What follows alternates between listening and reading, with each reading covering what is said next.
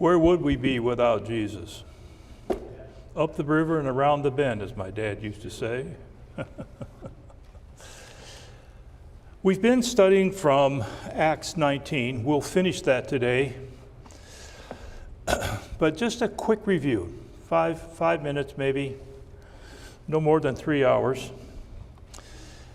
Paul passes through to Ephesus, and there he finds some disciples, 12 of them, and he asks them what they'd been baptized into, and they said the baptism of John. So that wasn't going to get it. So he preached them Jesus. He preached the gospel to them. And then they were baptized into Christ and into all that that means, into his church for the forgiveness of sins, for the hope of heaven, you know, the Lord hearing our prayers. And then he went to a synagogue. And for 3 months, he taught in that synagogue. That's a long time, because that's probably his record. But they became annoyed with him, and so he moved those 12 disciples and anybody else that he had baptized and taught the gospel to into the school of Tyrannus. And they were there for 2 years. So he had a long time in Ephesus. And then he was performing marvelous, wonderful miracles. Miracles where if a person took a handkerchief and it touched him and they took it back to the person who was sick, they got healed. Let's see Benny Hinn do that.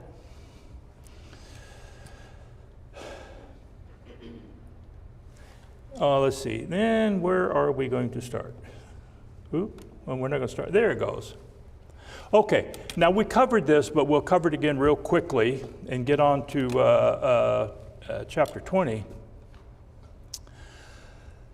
There was a man who was a silversmith, and he made little trinkets of the goddess Diana. Thank you. It's actually Artemis. He's in Greece, or Greek. Ephesus was a major city. It was a seaport. It was a crossroads for trading. But the biggest industry in Ephesus was the temple of Artemis. People buying trinkets, people giving money to the temple. And so that's how a lot of these men made their money. They made little trinkets and they sold them. And along comes Paul, and he preaches the gospel to these people. And a lot of people, not everybody, but a lot of people believe Paul. And they're baptized, and now they're in the church. They have no need for Artemis. And it hurts the trade. Demetrius said, let me start again. About that time there occurred no small disturbance concerning the way. The way was the church. For a man named Demetrius, a silversmith who made silver shrines of Artemis, was bringing no little business to the craftsmen. So they were making these little trinkets and selling them and doing pretty good for themselves. Then he gathered together the workmen of similar trades and said, "Men, you know that our prosperity depends upon this business of making these little trinkets and selling them.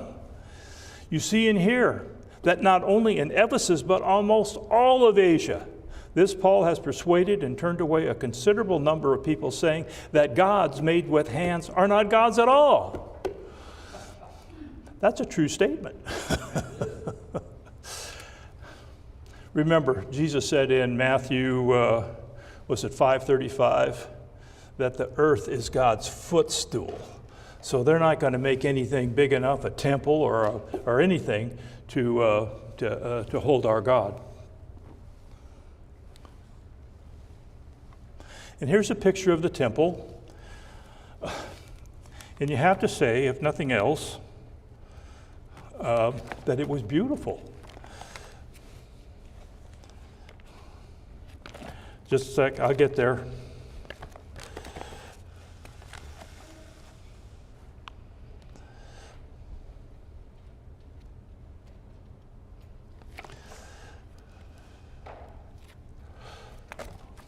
One more. I'll get it.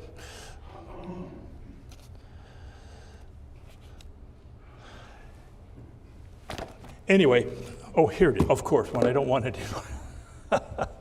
This building was 95,000 square feet. You know, that's a big building. It would be about the size of being an old custodian. It would be about the size of a large grade school. Smaller than the junior high, but larger than a grade school. And it took 200 years to build it. And it was 425 feet long by 225 feet wide. And it was 62 feet high. It had 127 columns, 60 feet high. And it took 200 years to build it. So some guy's son and son and son and son finally built it. 200 years is a long time to build a building. By the way, the National Cathedral in Washington, D.C. has taken just about that long, too. But if you took the Temple of Artemis and the Mausoleus and the Temple of Zeus, if you put those three together, they'd be about half the size of the temple in Jerusalem. And why those three would be considered one of the seven wonders of the world and the Jewish temple not, when clearly it was the most beautiful thing. When Titus looked at it for the first time, he said, "It's beautiful. Why would you want to destroy this?" He was heartsick that the Jews had set it on fire, set the temple on fire. Anyway, I digress. So then there was this confusion in the city. Demetrius says, this has got to stop, or we're all going to go broke, and we'll have to get real jobs. So in verse 28, oh, wait a minute, let's move on. I think I went one too far. Yeah, verse 27. Not only is there danger that this trade of ours fall into disrepute, in other words, nobody will buy our trinkets and we'll have to get real jobs, but also that the temple of the great goddess Artemis be regarded as worthless, and that she, whom all Asia in the world worship, will even be dethroned from her magnificence. You know, these people were religious just like you and I, and they believed in Artemis. I think that's dumb to believe that, but still, they believed it, and they wanted to support it. And they didn't want to hear, some of them did not want to hear the gospel. So when they heard this, they were filled with rage, and they began crying out, saying, "Great is Artemis of Ephesus." Remember, that was the biggest business in Ephesus was the worship of Artemis and service to the temple. Bill, you had something you wanted to say? I need to drink anyway. Yeah, when you think about it, if these silversmiths were getting worried, that implies that Paul was making some really strong inroads, and there must have been, I mean, not a few of the Gentiles being converted. Mm-hmm. Because, I mean, if it was just, you know, a few hundred people, well, not a big deal, but there must have been some thousands that were being swayed to the Lord. Absolutely. And that would be cutting into their, you know, into their business, into their money. Yeah. Yeah. So I think an implication there that you can, a necessary inference must have been, the Lord must have been granting him, you know, success with conversions. Who's going to pay for my Cadillac? Yeah, that's right. I might guess. By the way, verse 27 says what you just said. Go ahead, Mike. So, you know, paganism had a tremendous appeal to the people of that time, but absolutely, when you think about the premise that you have this pantheon of quote unquote gods, mm-hmm. You know, one that deals with this and another one that deals with that, and mm-hmm. so, you know, you could easily see where a pagan is, if he was traveling from one country to another, he'd have to have all his gods lined up as to which ones he prayed to at different points. And if he was doing one thing one part of the day, he might direct his prayer to a certain god, and then at another part of the day, he's going to find it that he needs to direct his prayer to a different god. And if by some fluke he makes the mistake and prays to the wrong god for the wrong thing, I mean, hasn't he offended that God by bringing him something that's out of his bailiwick? And now he's in trouble. Instead of being devoted to his God, he's at odds with his God.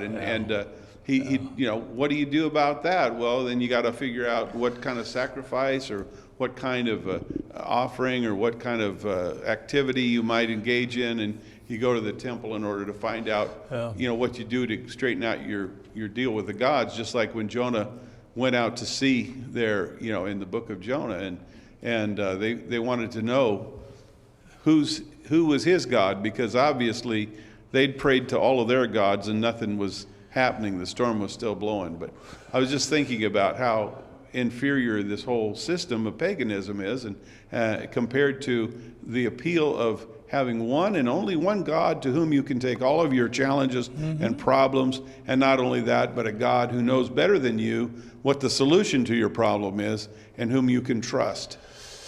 Ain't it sweet, just one God?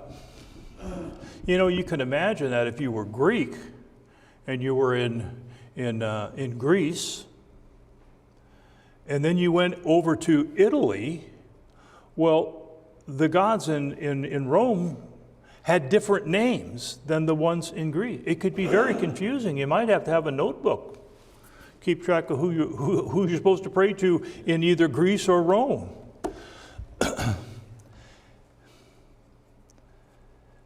Where was I? 28. I can fill in while you're looking. Go ahead.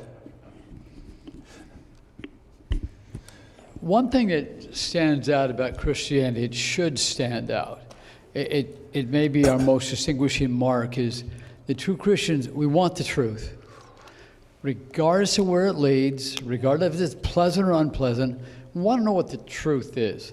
We want to know all we can about God and what gives us a bad name. We have a bad name among many, is that we have people, there are people that claim to be followers of the true God, the Christian God, the God of the Bible, that don't think. Our God wants us to think. You look at all the commands and about reflection and meditation and buy the truth and don't sell it. And clearly that's the distinguishing mark about us, is that we think, and so, you know, making a God with our own hand. Really, I mean, I'd like to poll and get honest answers from 1,000 of the people that worship these idols. I'd just like to. You can't, but I'd like to, and say, okay, you have to tell the truth now. Do you really think this is a God? Well, I do, but I haven't thought of, I mean, to make something that's more powerful than yourself, I mean, more omniscient, is kind of silly. But today, the same thing. There are religions in the name of Christ that don't want their people to think. Because I know people in those, three actually, and they say, don't bother reading your Bible because you don't have the ability to understand it. And so, what a great way to control people. Don't worry about what it says, we'll tell you what it means. Anyway, I'm rambling, but God wants us to use the great minds that He gave us. And if we do and seek Him, we are guaranteed to find Him. So just for a minute, you can be Demetrius. I don't like you already. Did Demetrius and the other craftsmen see or hear about the miracles that Paul performed? Remember, they were extraordinary miracles. Absolutely, that's a great. And what did they do about that? Interesting. Zero. This is affecting my pocketbook. And that was what this was all about. It affects my pocketbook. So now we're going to have a little chant for our team. In verse 28 it says, and when they heard this, they were filled with rage. Who's they? The craftsmen. And they began crying out, great is Artemis of Ephesus. The city was filled with confusion, and they rushed with one accord into the theater, dragging along Gaius and Aristarchus, Paul's traveling companions from Macedonia. And when Paul wanted to go into the assembly, the disciples would not let him. This theater contained about 25,000 seats, so it would be about the size of Key Arena without a roof. and they were angry, and people sitting around the city got involved in it. They said, I wonder what's going on over there. And so they all rush into the theater. And so they take Gaius along and Aristarchus along with them, intending to punish them or have them punished. And Paul, for his purpose, wanted to go in there and help them and say something. But his own friends stopped him. Don't go in there. You get run over too. And even the city officials forbid him from going in there. Stopped him because they know that he would get hurt. Not that he hadn't been hurt before, but these guys were angry. You don't know what they're going to do. The Asiarchs. It's interesting that Paul would know some of them, but he did, and he was friends with them. And they were the ones that said, don't go in there. This is out of control. So let's just stop there for a minute. Is there anything wrong with this riot being out of control? Anything wrong with these tradesmen making a great big commotion? Anything wrong with that? Anything going to happen? Yep. Ephesus, if it's my understanding, was a free city. They didn't pay taxes. But the Romans were right over there. If you're going to make a fuss, we're going to have to call the Romans. And there's a price to be paid for that. The city officials might lose their jobs. They might be sent to another city. And in worst case scenario, they might be killed. This is a serious incident that these tradesmen brought up. And I think it says when Paul wanted to go into the assembly, the disciples would not let him because he'd get beat up. So the Asiarchs, who were friends of his, sent to him and repeatedly urged him not to venture into the theater. So then, some were shouting one thing and some another, for the assembly was in confusion, and the majority did not know for what reason they had come together, because they saw this little commotion, and then more people come, and now you got a great big crowd, and nobody knows who's on first. What was going on? So some of the crowd concluded that it was Alexander, since he was a Jew. They had put him forward, and having motioned with his hand, Alexander was intent upon making a defense. So this poor guy, Alexander, comes forward in front of the crowd and goes like this. Does he get a chance to speak? Not a chance. He was a Jew, and they weren't about that. But they recognized that he was a Jew. A single outcry arose from them all as they shouted for about 2 hours. And what did they shout? Great is Artemis of the Ephesians. 2 hours. A guy could go horse after 2 hours. Doesn't take me that long at a Husky game to go horse. A couple of touchdowns will do it.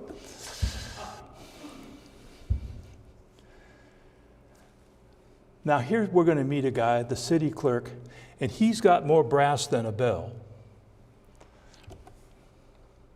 After quieting the crowd, the city clerk, and they knew who he was, so they knew he wasn't a Jew, so he gives them one of these, and they quiet down. Now he's going to talk to them, and he's going to try and save the day without having the Romans come in.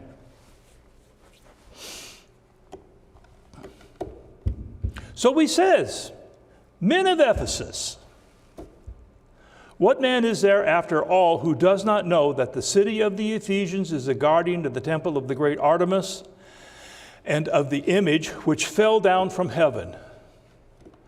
Did an image fall down from heaven? No. A meteor might have fallen down from heaven. A comet, perhaps.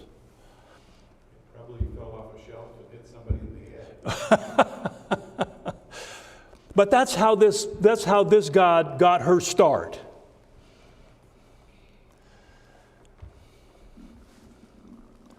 So since these are undeniable facts, I take umbrage with that. Of course they're deniable.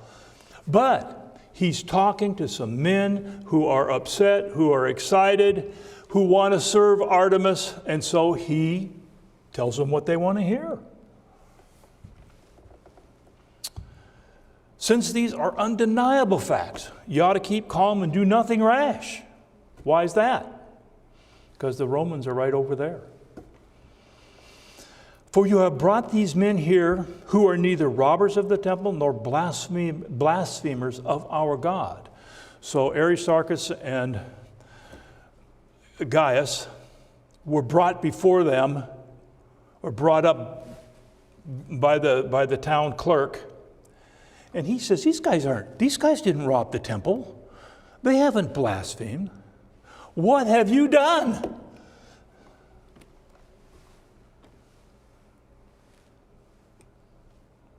Why does this always work for Spawn and not me? Oops, went back too far.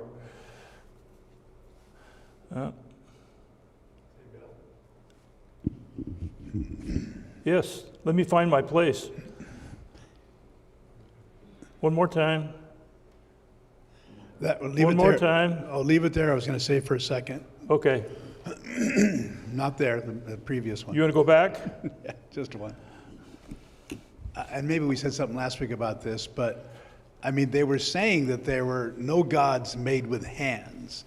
And yet, for some reason, the town clerk could say that wasn't blaspheming Artemis. And I suppose in a roundabout way, it wasn't. If Paul didn't mention Artemis by name and said she's a false god, which I don't know if he did, then he wasn't directly blaspheming, Artemis. But he certainly was saying that she didn't exist by conclusion, by connection, saying that there was no gods made with hands. So anyway, just kind of interesting, that statement. You would have thought, or at least I would have thought, that when Paul spoke to these pagans, now speaking to Jews is one thing, now speaking to pagans is something else again. And he says on a couple of different occasions that the God that we worship created heaven and earth and all that's in it and on it and under it. He says that a couple of times. Because they have gods that would have created the earth and the universe, and I don't know what Zeus was a god or a god of. The point is that when Paul spoke to pagans, and these are pagans, he would have mentioned, I'm sure, that the God we worship created all of this. This wasn't created by Artemis or Zeus or Apollo or any of those other gods. The God of heaven created this, and the earth ain't nothing more than his footstool. So you're not going to build a temple anywhere big enough to contain the God who created heaven and earth. I was on a roll, Mike. Go ahead. All right, keep rolling. So, there's this reversal that comes in order for a person to become a pagan or to be a pagan worshiper. First of all, who gave those craftsmen their skill to create anything? You think they thought that far ahead? No, they didn't, but we can. And so we'll take what wisdom we can. And so it was God who gave them the skill to create anything. And they in turn, instead of using that just to create something of beauty and such, they in turn imagined that they needed to create a god.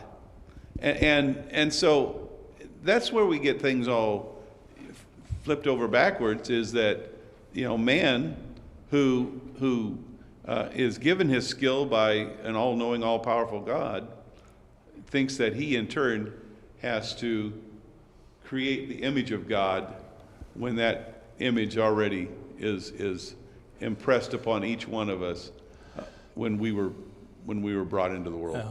That's a good point, but I don't think they thought that way. No, they didn't. Bill, Lee. But we can. We can't, yes. And there are people that did a better job of making things than those guys. You know, Like with our Carl 2020 Fabergé. hindsight, we can see that Demetrius was 100% correct. The god of Artemis, the temple of Artemis, is just a ruin today. There are It is. just pieces of it still there. Yep, So there was a danger that their business was going to fall into disrepute, yep, and over time, it did. yeah, yeah, yeah. How many worshipers of Artemis are there, right? Yeah, exactly. And you have to think, reading between the lines, the argument that Paul put forward, our God is the God that created heaven and earth and your body and all the things that it can do, versus Artemis falling from the sky in the form of a meteor or a comet and worshiping that. I'll take the God who created heaven and earth and all that's in it and on it and under it. Okay, so the city clerk, who I really like, I admire this guy, said that these guys are neither robbers of the temple or blasphemers of our God. So then, Demetrius, if you've got, and you craftsmen, if you have a problem, if you have a complaint, you need to take it to the courts. And see, there are proconsuls in there right now. You can take your problem to them, and they can determine an outcome. That is civilized. They had quite a civilized society. We have courts today. If we have to go to court, we're going to have a judge who hopefully will hear us impartially and make a determination. And that's all he's saying. Demetrius, you got a problem? Take them to court. So he says, so then, if Demetrius and the craftsmen who are with him have a complaint against any man, not just these two, the courts are in session and proconsuls are available. Let them bring charges against one another. That's sound advice. But if you want anything beyond this, like blood, it shall be settled in a lawful assembly. In other words, we're not going to have a riot here. We're not going to have people beating other people up. It'll be done lawfully. For indeed, we are in danger of being accused of a riot in connection with today's events, since there is no real cause for it, and in this connection, we will be unable to account for this disorderly gathering. And after saying this, he dismissed the assembly. So there was no real cause for this riot in the first place. And the riot would have caused, if it had continued, for the Roman army or the Roman garrison to come in and restore order. And some of the privileges that these city leaders had and the religious leaders had may have been taken away from us. So it's a serious thing. It's not just a riot. It's more than that. And over here sit the Romans, which they didn't want, didn't need. Okay, so any questions, comments on chapter 19? Okay.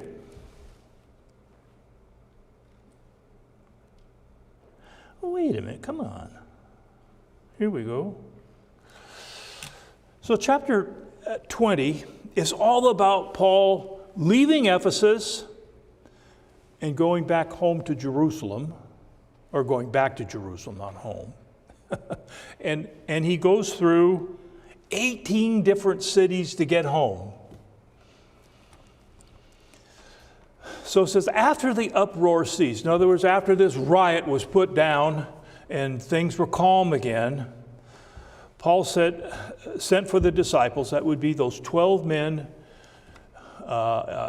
in Ephesus. And when he had exhorted them, and encouraged them, in other words,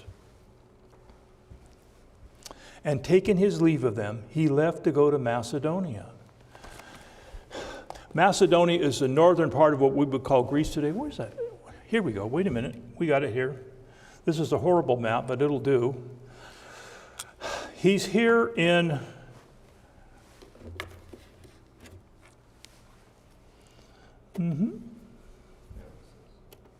He's right here in Ephesus, right there.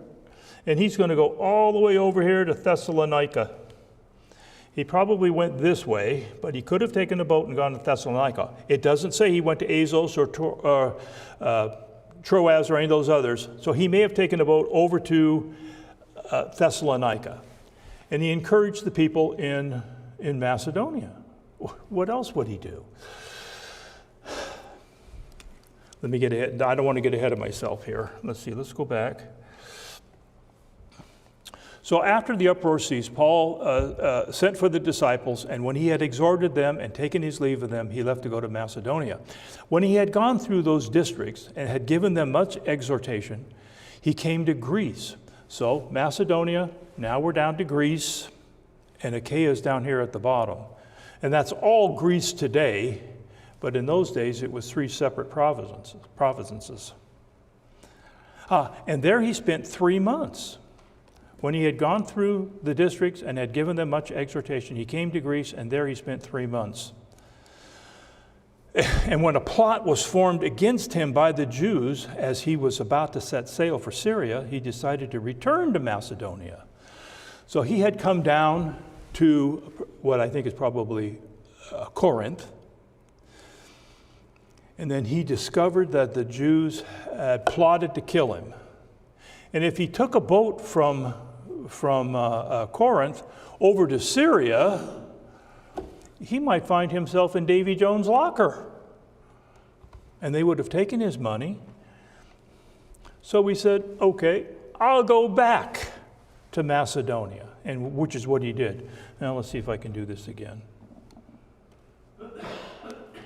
So he came down here to Corinth, and then he went back up to Thessalonica, and he's going to come over here to Troas and come all the way through all these little cities and roads and back to Ptolemais, or Tyre, I'm sorry. He went to Tyre first. Okay. So he was accompanied, going back to Thessalonica now. Say, Bill, just real quick comment. Have a drink. Take a drink. I will. Thank you. And as he's traveling, he's got Jews and Greeks chasing him all the way. Yeah. You know, I just think of the, it's not enough to have the Jews after him and have been after him, but now he's got Gentiles. I'm not saying they're following him, but certainly wanting to stop him whatever way they could. So just another, just a thought about how that he preached the gospel under great duress.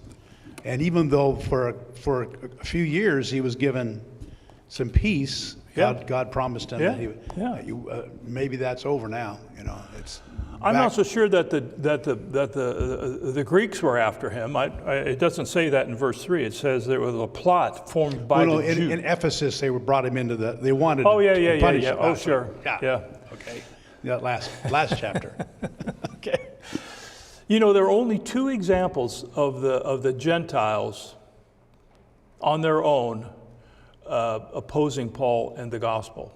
One was the young lady that had the evil spirit thrown out of her, and remember they took him to the town and they got a beating for that. And after the beating, they said, "Oh, by the way, we're Roman citizens. Oh, what have we done?" And then the issue with Demetrius. That's the only 2 times that I can think of on their own that the Gentiles opposed Paul, but the Jews were there in every city. They were a thorn in his side. I'm gonna digress for 30 seconds. I read a couple of different commentaries, and the question was asked, why didn't people rise up against Priscilla and Aquila?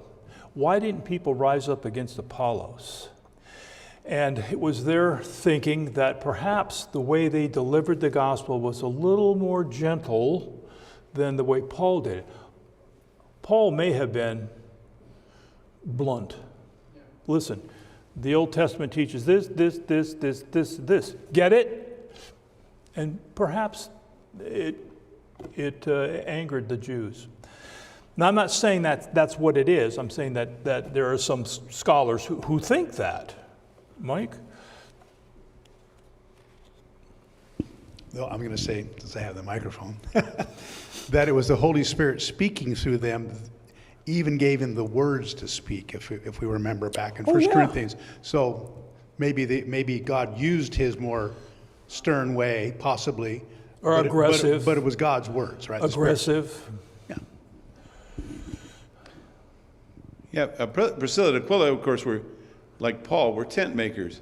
So if you've got a business, you don't necessarily go out there and drive a Trump sign in your lawn, because you know there's going to be people that don't necessarily agree with that.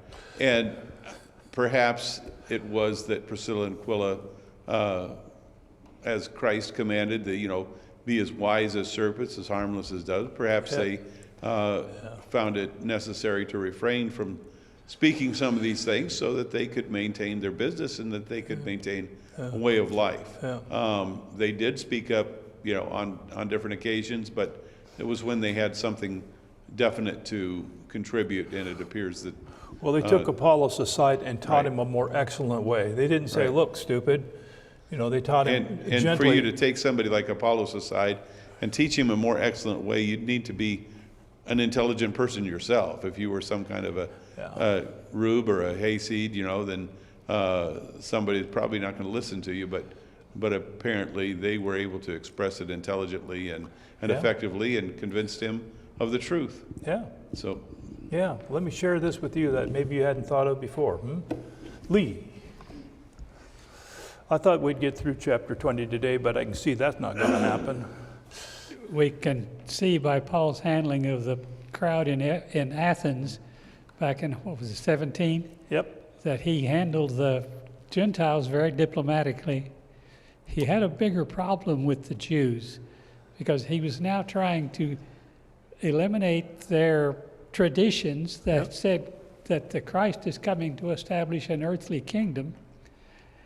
And that would tend to anger the Jews, whether he was being, shall we say, nasty about it, or he was just pointing out to them, this is what the scriptures say, and you're denying that.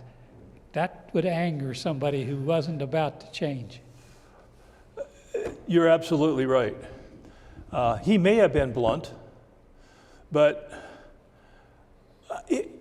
if you've got an honest heart and someone tells you something bluntly, but it's the truth, it's the truth. And the Jews from the get-go did not all of them, of course, there were Jews who converted, but they didn't like the gospel story. And the reason for that is because they wanted an earthly kingdom. They wanted what they had under Solomon. And Jesus flatly said, he told Pilate, he said, my kingdom is not of this world. If it were, then my people would fight to save me from the Jews. But as it is, my kingdom is not of this world. So they didn't like that either. And they were super hard-headed about it. And that's really a shame. Because if you look at the scriptures in the Old Testament, you can go all the way back to Genesis 3 if you want, where the seed of the woman is going to do battle with the serpent. And then you go to Genesis 12:3, where someone who's a descendant of Abraham is going to bless the entire world. And there are other ones. Moses said, a prophet is coming after me. I'm sure that he shed or spoke all those scriptures and a whole lot more. In Isaiah, it talks about a king coming. There will be a sign. A virgin will give birth to a son. How often does that happen? But they wouldn't have anything to do with it.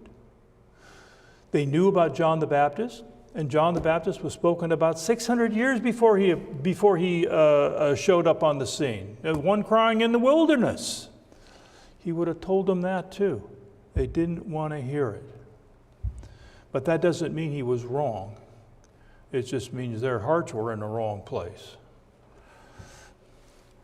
Or as one teacher said, we never did it that way before. Okay. Oops, what have I done? There. We'll get the hang of this in 30, 40 years. So as he's going back up to Thessalonica, he's accompanied by Sopater of Berea, the son of Pyrrhus, and Aristarchus, and Sidonius of Thessalonica, of the Thessalonians, and Gaius of Derbe, and Timothy, and Tychius, and Trophimus of Asia. But these had gone on ahead and were waiting for us at Troas. So they had gone up to Thessalonica. Remember the plot of the Jews? Well, let's just run away from them. So they go back up to Thessalonica, and from Thessalonica they go to Philippi, catch a boat at Neapolis, which is right by Philippi, and they go over to Troas. And Troas is the old city of Troy. Remember Troy, the city that launched 1,000 ships? Helen of Troy that launched 1,000 ships, the Trojan horse. Troas is about 10 miles south of where the old city was. But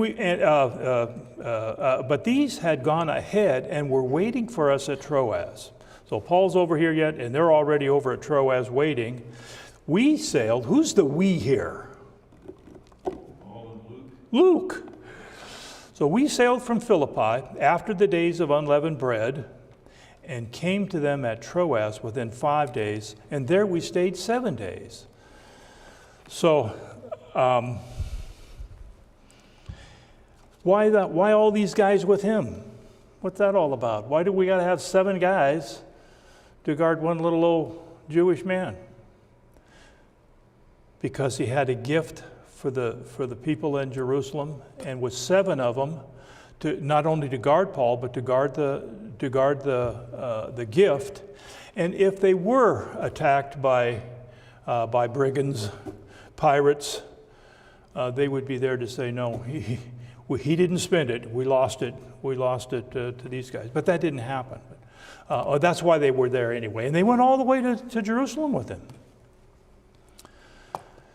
And after the days of unleavened bread, which would have been the Passover. So they sailed after the Passover. Let's see, where am I?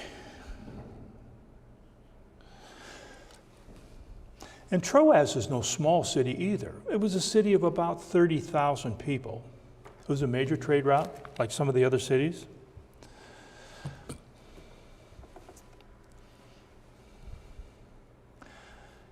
So they stayed for the days of unleavened bread, or the Passover, and then they took 5 days to get from Philippi to Troas, which is 150 miles.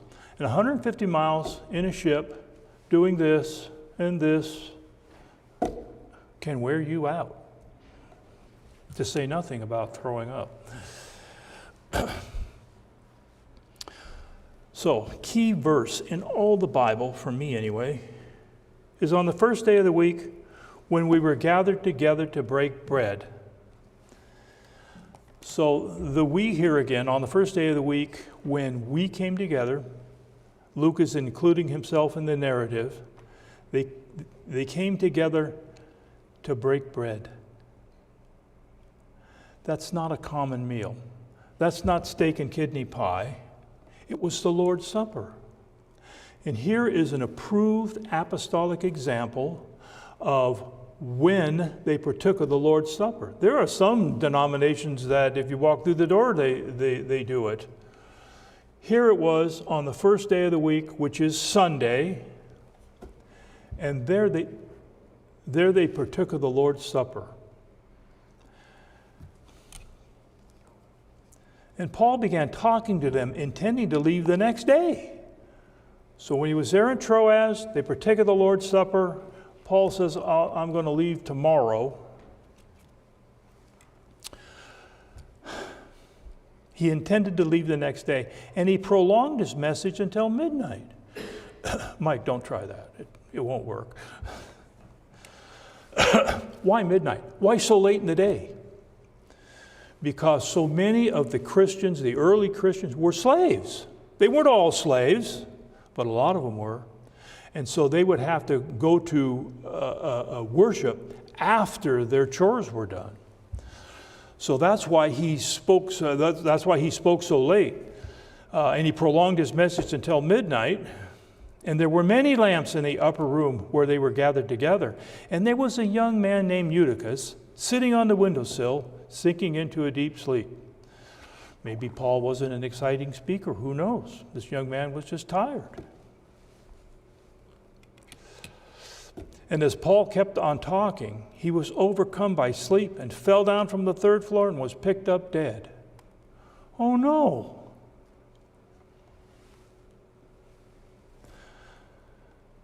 But Paul went down and fell upon him. And after embracing him, he said, "Do not be troubled, for his life is in him." And when he had gone back up and had broken bread and eaten, he talked with them for a long while until daybreak, and then he left. And they took away the boy alive, and they were greatly comforted. The idea of when he had gone back and they had broken bread, probably he had something to eat before his journey. I don't think they're talking about the Lord's Supper. And can you imagine the joy that were in those men's hearts, men and women, when the young man falls out the window and he's pronounced dead. Paul goes down and falls on him, and now he's alive. Can you imagine the joy? Of course. What if it was your son? Wouldn't you be happy? You can imagine. Go ahead, Bill. And what great hope that gives to everybody that was there and all of us, that death is not something, I mean, God has power over death. He did there, and he will after we're gone and dead, and he'll raise us up in the last day. So I think just that example of him, giving his life back to him is just such a powerful foresight into what God will do for us when the end of things. Okay, my turn.